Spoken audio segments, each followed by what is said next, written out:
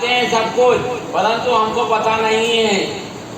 वो जन्म से कहते हैं, बिल्कुल आप रामचरितमानस जो उनका महाकाव्य है, बोलते हैं कि गीत तो तुलसी ने लिखे है, राम का तो नाम है, गाथा है हमारी। गीत तुलसी ने लिखे, कविता गीत ने लिखी है, हमारे चरित्र के बारे में, हमारे के बारे में सब कुछ बताया है। क्यों कि उसमें परिवार में कैसे रहना, कहाँ पर रहना, भाई का सम्मान करना, परिवार का किस प्रकार का रहना, राम के चरित्र के बारे में पूरा हमारा वर्णन बताया है। तुलसीदास जी के जो ग्रंथ है रामचरितमानस, उसका पहला अक्षर भी मानव है और आखिरी अक्षर भी मानव है। तो उस समय तुलसीदास जी ने जो हमारे कलयुग में क्या होने वाला था, कैसे होने वाला है और क्या घटना घटेगी, रामचरितमानस में एक एक चीज पहले से वर्णन है। और हम घर पर पढ़ते हैं, उनकी रचनाएं बहुत सी आती है। बहुत से बच्चों को ये हनुमान चालीसा याद होगी। बोलते हैं वो हनुमान चालीसा की रचना किसने करी? तुलसीदास जी ने करी। और तुलसीदास जी का रामचरितमानस पूरा वर्णन है। ये वर्णन है हमको, जो कि रामायण जो वाल्मीकि जी ने लिखी, वाल्मीकि जी राम भगवान के समकालीन थे। राम भगवान के पुत्र लव और कुश को ज्ञान किसने दिया था? वाल्मीकि जी ने दिया था। लव और कुश को ज्ञान आश्रम में सीता माता का परित्याग कर वो छोड़ दिया था। उसके बाद में वहाँ जन्म हुआ था, त्याग किया था, इसलिए लव कुश का जन्म वहाँ पर आश्रम में हुआ था। वहाँ पर उन्होंने ज्ञान दिया था।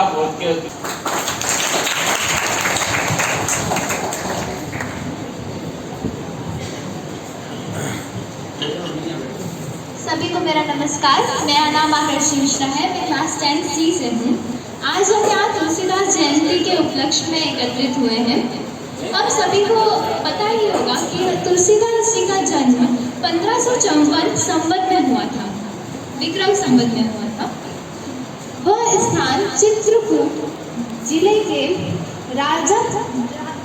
राजपुर ग्राम में हुआ था। उनके पिता का नाम आत्माराम दुबे था और माता का नाम तुलसी। उनका जन्म श्रावण शुक्ला सप्तमी को हुआ था। श्रावण माह अभी चल रहा है, शुक्ल पक्ष भी चल रहा है और सप्तमी आज ही है। उनका जन्म मूल नक्षत्र में होने के कारण उसे अमंगल माना गया था।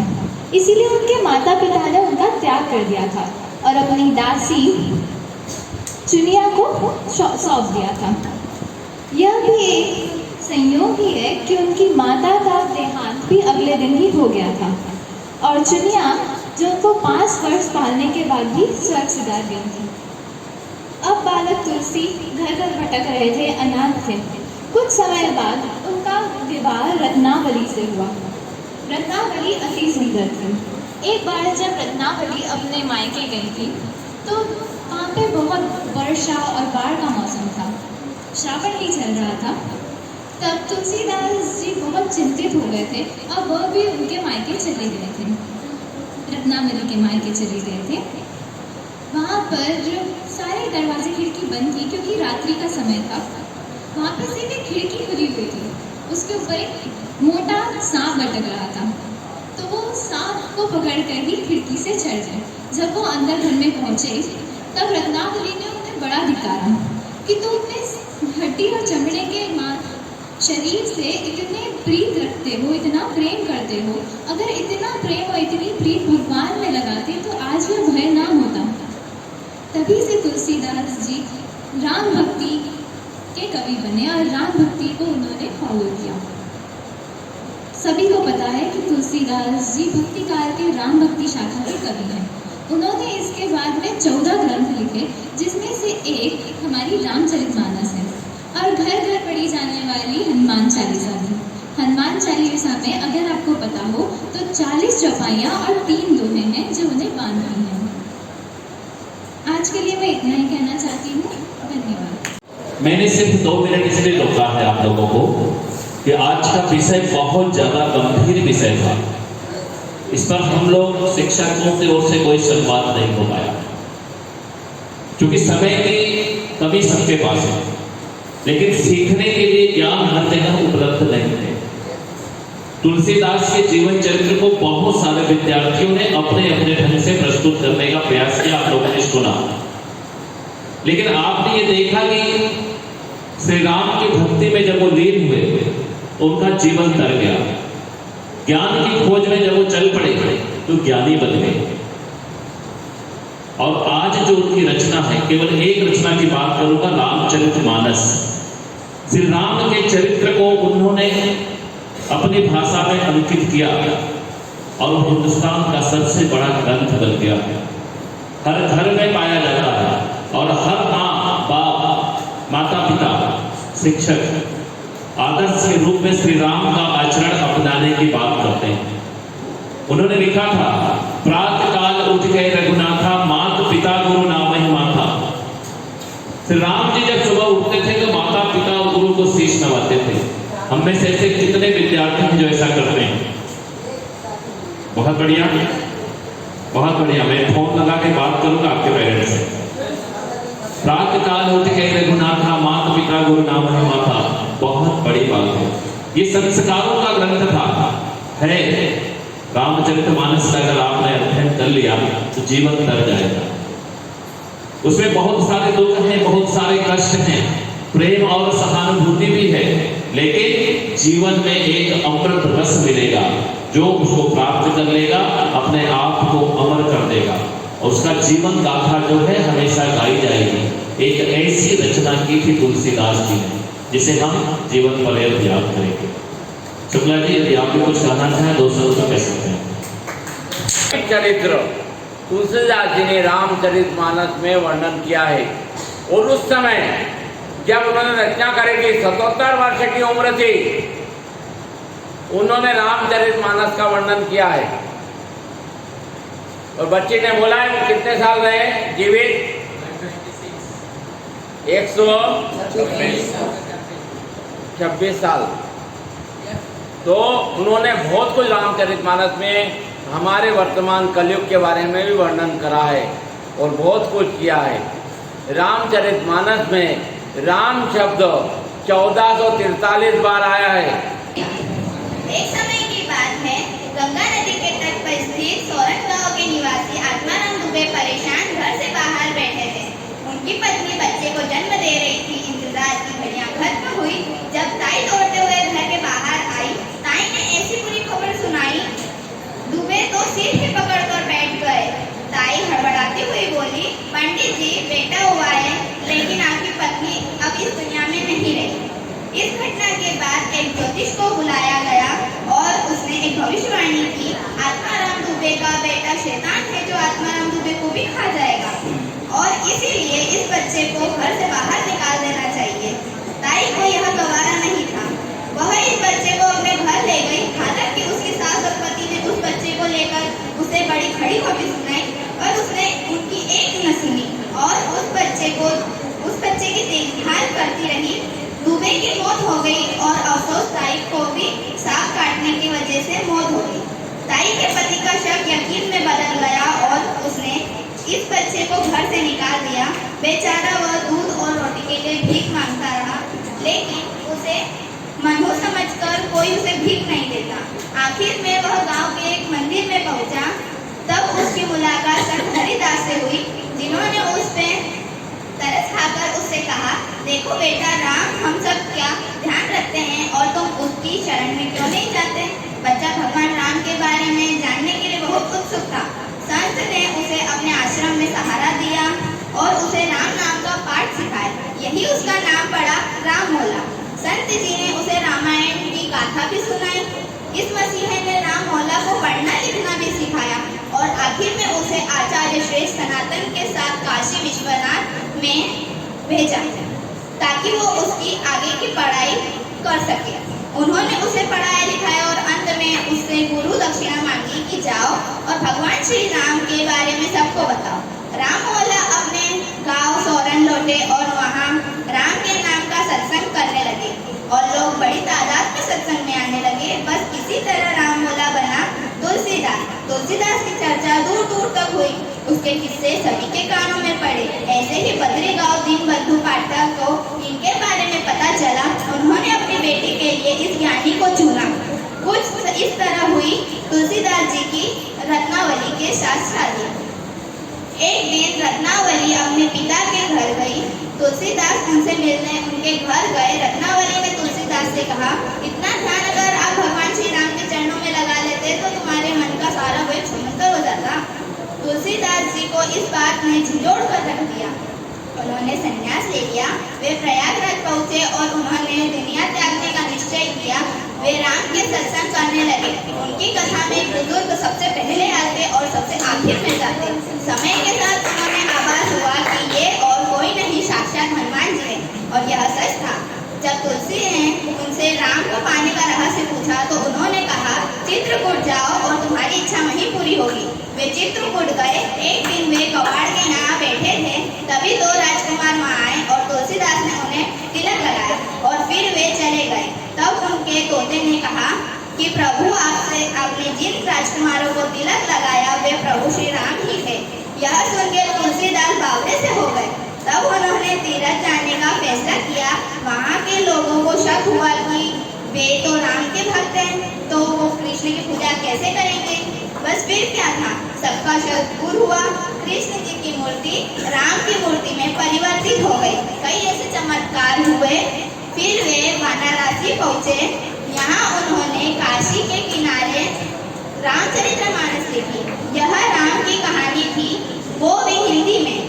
जब वाराणसी के पंडितों को यह पता चला कि तुलसीदास ने रामचरितमानस लिखी, तब उन्होंने सोचा कि इस रामचरितमानस को तो नदी में फेंक देना चाहिए। पर ऐसा नहीं हुआ, क्योंकि जब वे तुलसीदास के घर पहुंचे तब उन्होंने स्वयं श्री राम को पहरा देते देखा।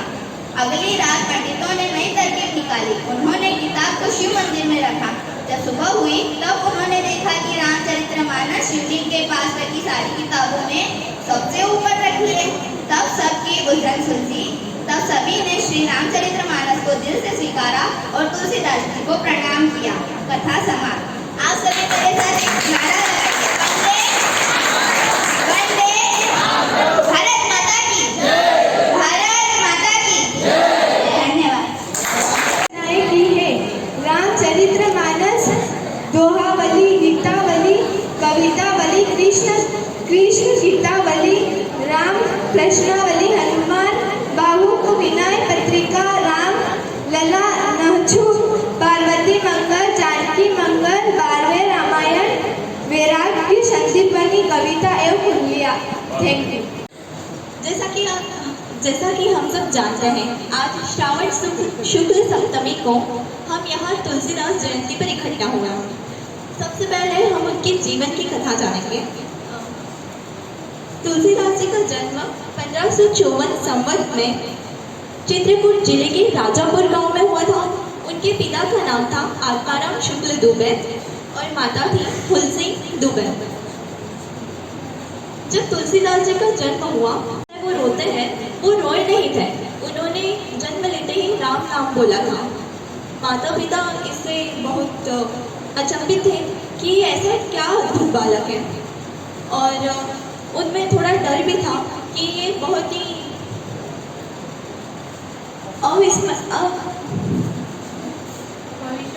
अनप्रेडिक्टेबल है कि ऐसा कैसे हो सकता है। माता ने उनके जन्म के 3 दिन बाद उनका त्याग कर दिया और अपनी दासी तुलसी के साथ उन्हें उनके ससुराल भेज दिया। जब उन्होंने ससुराल भेजा तो अगले दिन माता तुलसी का निधन हो गया। उनकी दासी चुनिया ने उनका 5 वर्ष तक बहुत अच्छे से लालन पालन किया, किंतु 5 वर्ष बाद वो भी चल बसी। अब अनाथ तुलसीदास इधर उधर भटकने लगे। उनको सब राम बोलते थे क्योंकि वो राम का नाम बहुत ही कहते रहते थे।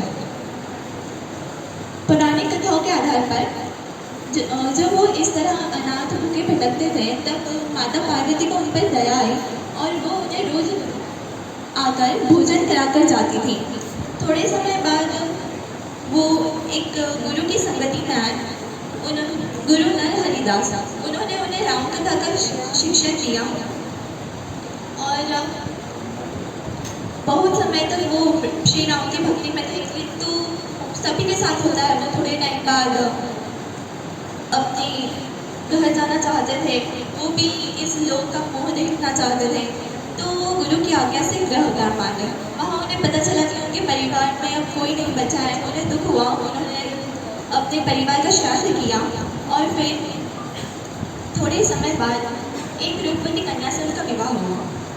वो अब भक्ति मार्ग से पूरी तरह हट चुके थे और अपनी पत्नी के प्रेम में बहुत आसक्त थे।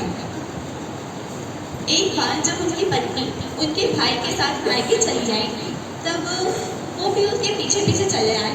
उनकी पत्नी को इतना गुस्सा आया, बुरा लगा, उन्होंने एक दोहा कहा, अस्तु जन्म में देह यह सातो ऐसी प्रीति, नेक जो होती राम से तो काहे भव पीती।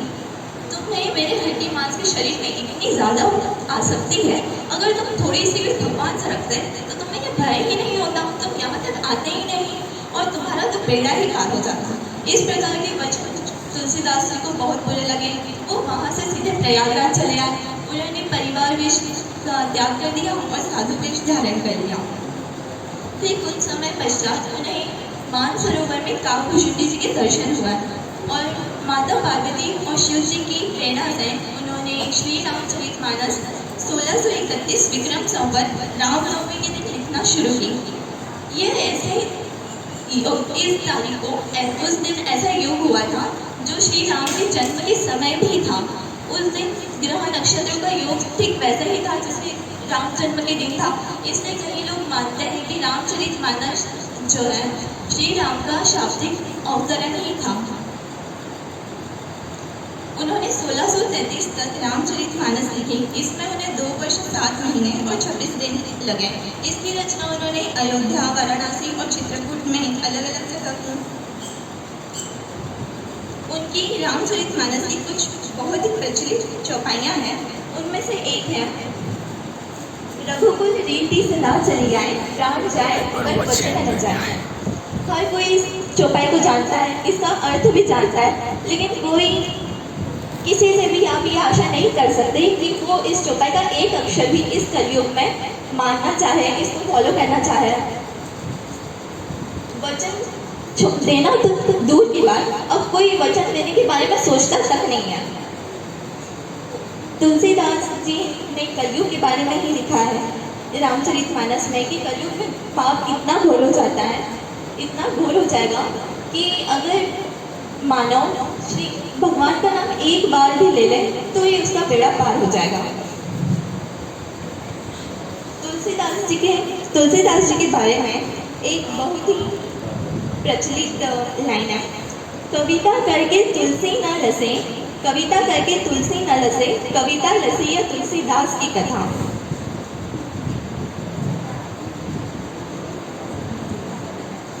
तुलसीदास जी की एक और श्री रामचरितमानस पे ही प्रसिद्ध चौपाई है, हरि अनंत हरि कथा अनंता, कहई सुनहि सब बहुविधि संता। इसका अर्थ है कि भगवान शंकर जब माता पार्वती से कह रहे हैं, हरि भी अनंत है और उनकी कथा भी अनंत है, जो लोग सभी लोगों से बहुत प्रकार से, जिससे उनके माता पिता का नाम याद है कि तुलसी की माँ हुंसी, पिता आत्मा राम, पत्नी थी रत्नावली, जन्म 100 ग्राम। माना जाता है कि कोई कहता है कि जन्म 100 ग्राम में हुआ, कोई कहता है राजपुर जिले में हुआ, लेकिन ये अभी विवादित चर्चा है, तो एकदम तय नहीं किया गया है कि तुलसीदास जी का जन्म कहाँ हुआ है। तो ये बात वैसे भी किसी को पता नहीं थी कि तुलसीदास जी का जन्म कहाँ हुआ है, तो इतनी बड़ी चूक हो सकती है हमसे कि तुलसीदास जी जो कि इतने बड़े कवि थे और उनके बारे में मतलब हमारे पास अभी भी सटीक जानकारी नहीं है। और चित्रकूट के घाट पर भय संदन की भीड़, तुलसीदास चंदन से तिलक करे रहे। Thank you. जुग सहस्त्र योजन पर भाग, मतलब सूरज पृथ्वी से कितनी दूर है इसका सटीक विवरण 15वीं सदी में देने वाले श्री गोस्वामी तुलसीदास जी का जन्म 13 अगस्त 1532 में हुआ था। वैसे तो हम सब जानते हैं कि रामायण को श्री वाल्मीकि जी ने लिखा है, किंतु इस महाकाव्य एवं भारत की आत्मा यानी श्री राम के इस जीवन पर का रामचरितमानस के रूप में हमारी समझ में आने वाली भाषा में सुंदर चौपाइयों में विवरण श्री तुलसीदास जी ने ही तो किया है। चौपाई मतलब प्रत्येक दोहों का 4 आसान है, अर्थात 4 चरणों में विभाजित, जिससे ये चौपाइयाँ घर घर में गाई जा सके।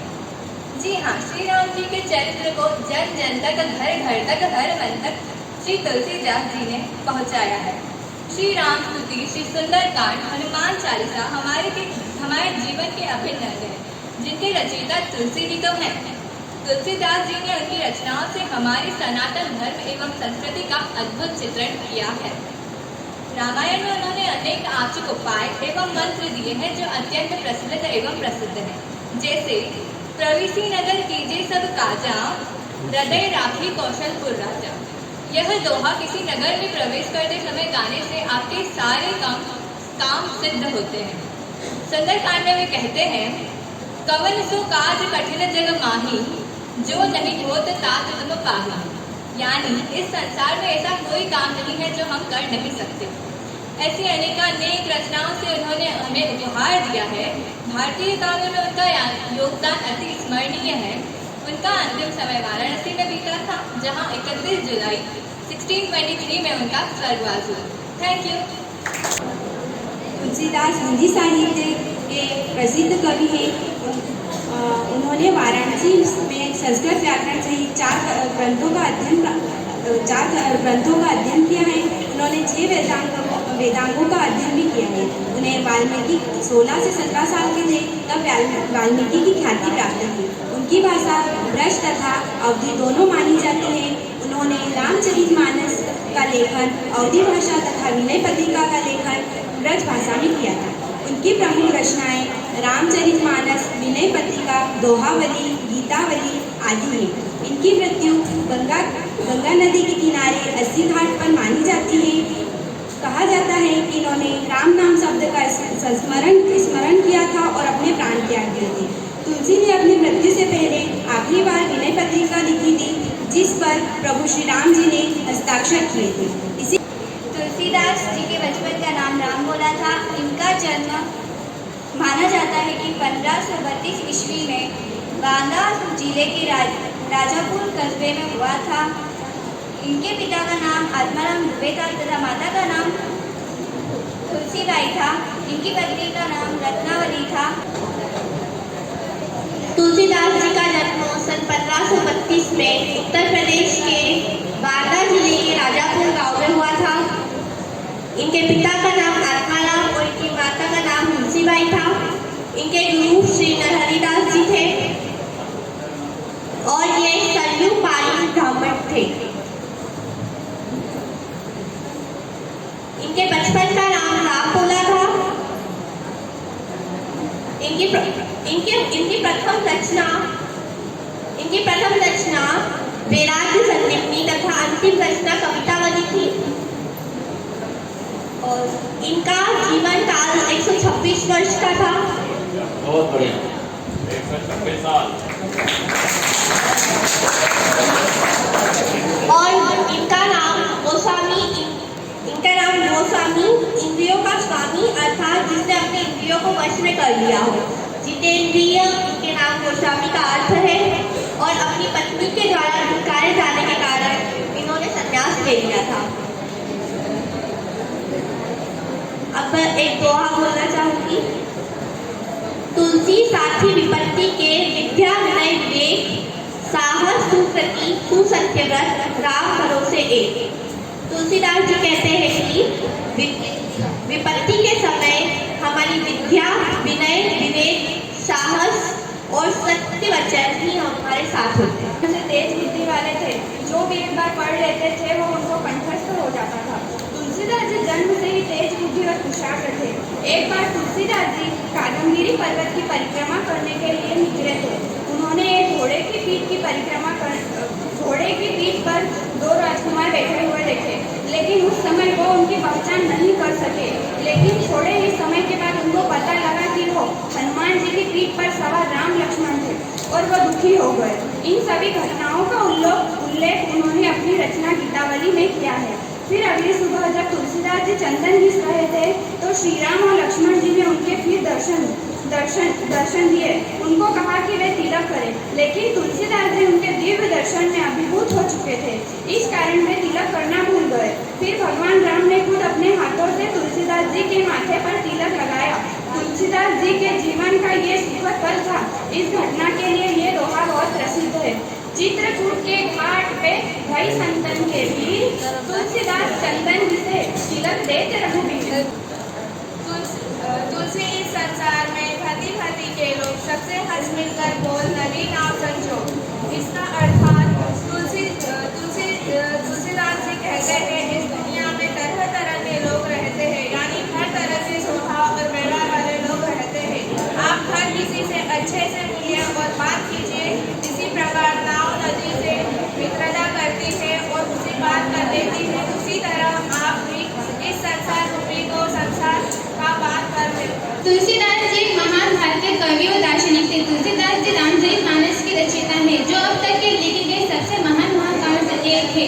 तुलसीदास जी को वाल्मीकि जी का अवतार भी कहते हैं। तुलसीदास जी ने 1574 में अपना लेखन कार्य प्रारंभ किया था।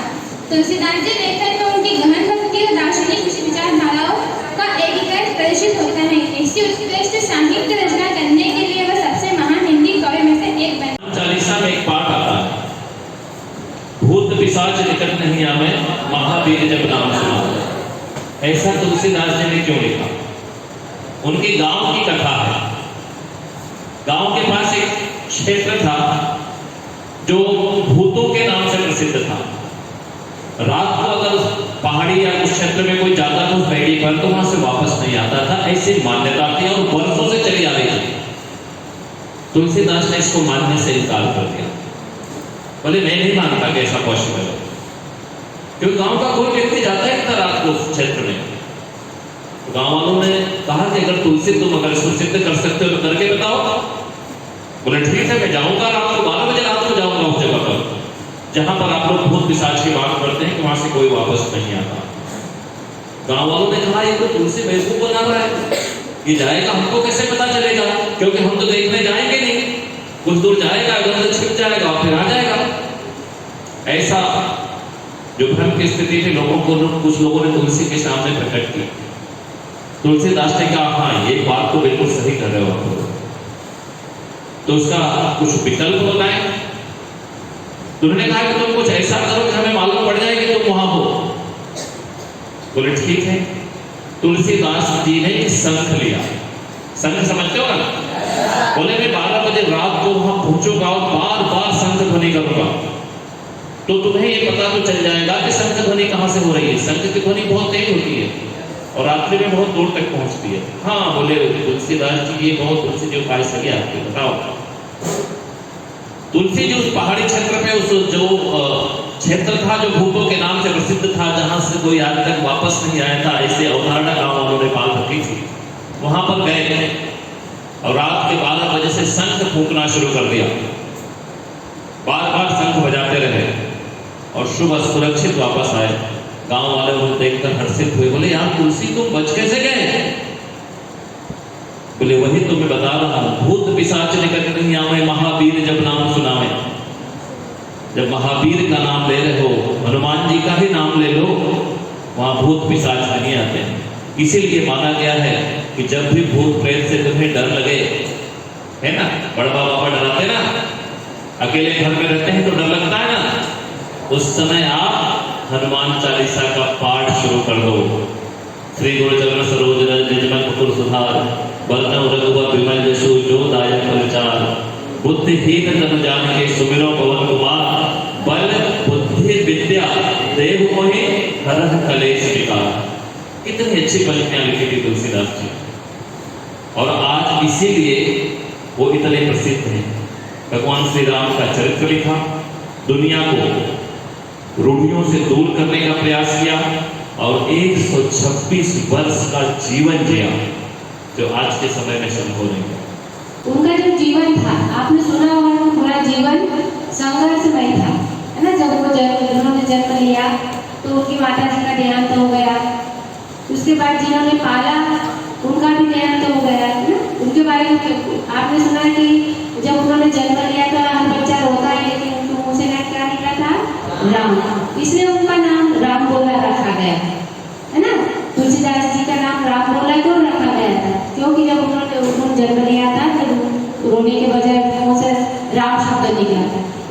शार्दुला नाम दिया गया था। इसके बाद उनका जो जीवन था, एक पंडित जी को बुलाया था और उन्होंने भविष्यवाणी की थी। तो पंडित जी ने उनके पिताजी को बोला था कि ये राक्षस प्रवृत्ति का है ना, मूल नक्षत्र में पैदा हुआ है और ये जहाँ भी रहेगा उनकी मृत्यु हो जाएगी। जब वो जन्म लिया तो उनके बाद में उनकी माँ की मृत्यु हुई और जिन्होंने पाला था कौन थी वो, क्या नाम था वो सुना आपने? तुमको इसलिए बिठाया है, क्या नाम था उनका? जूनी, है ना। तो उन्होंने पाला था और उसके बाद में उनको पाल पोष के बड़ा किया था, उनके सर को जो उनको सांप काटा था इसलिए उनकी मृत्यु हो गई थी। लेकिन ये बात फिर साबित हो गई कि ये सचमुच ये क्या है, ये जहाँ भी जाता है वहाँ उसकी मृत्यु का कारण बनता है। तो उसको घर से बाहर निकाल दिया जाता है।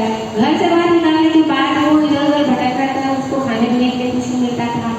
तो मंदिर में गया, मंदिर के पुजारी ने उनको बोला कि जिसका कोई नहीं होता उसका ऊपर वाला रहता है ना।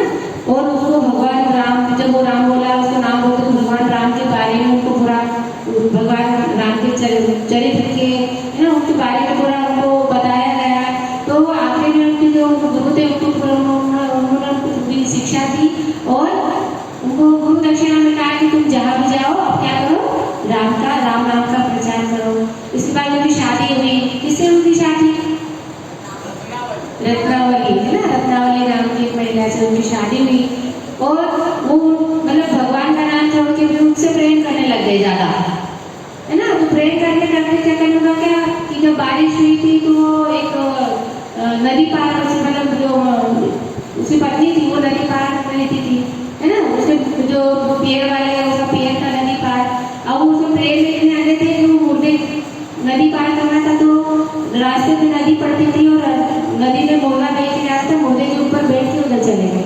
और यहाँ तक एक वहाँ पहुंचे, वो खिड़की में सांप लटक रहा था, सांप को रस्सी समझ के वो ऊपर चढ़ गए। तो उनकी पत्नी ने उनको कहा कि जितना प्रेम, है ना, मुझसे आप करते हैं उतना प्रेम अगर आप भगवान से करोगे तो आपका जीवन सफल हो जाए। कहने का तात्पर्य है कि इस उनके जीवन से हमको ये शिक्षा मिलती है कि ईश्वर है और हमको ईश्वर की सिवा और हमारा कोई दूसरा भी, हम कहते हैं जिसका कोई नहीं उसका भगवान होता है। इसलिए हमको प्रभु भक्ति में हमको जब भी समय मिले हमको उनके जीवन से सीखना चाहिए ना, क्योंकि आखिरी में ईश्वर ही है जो हमको तारने वाले हैं।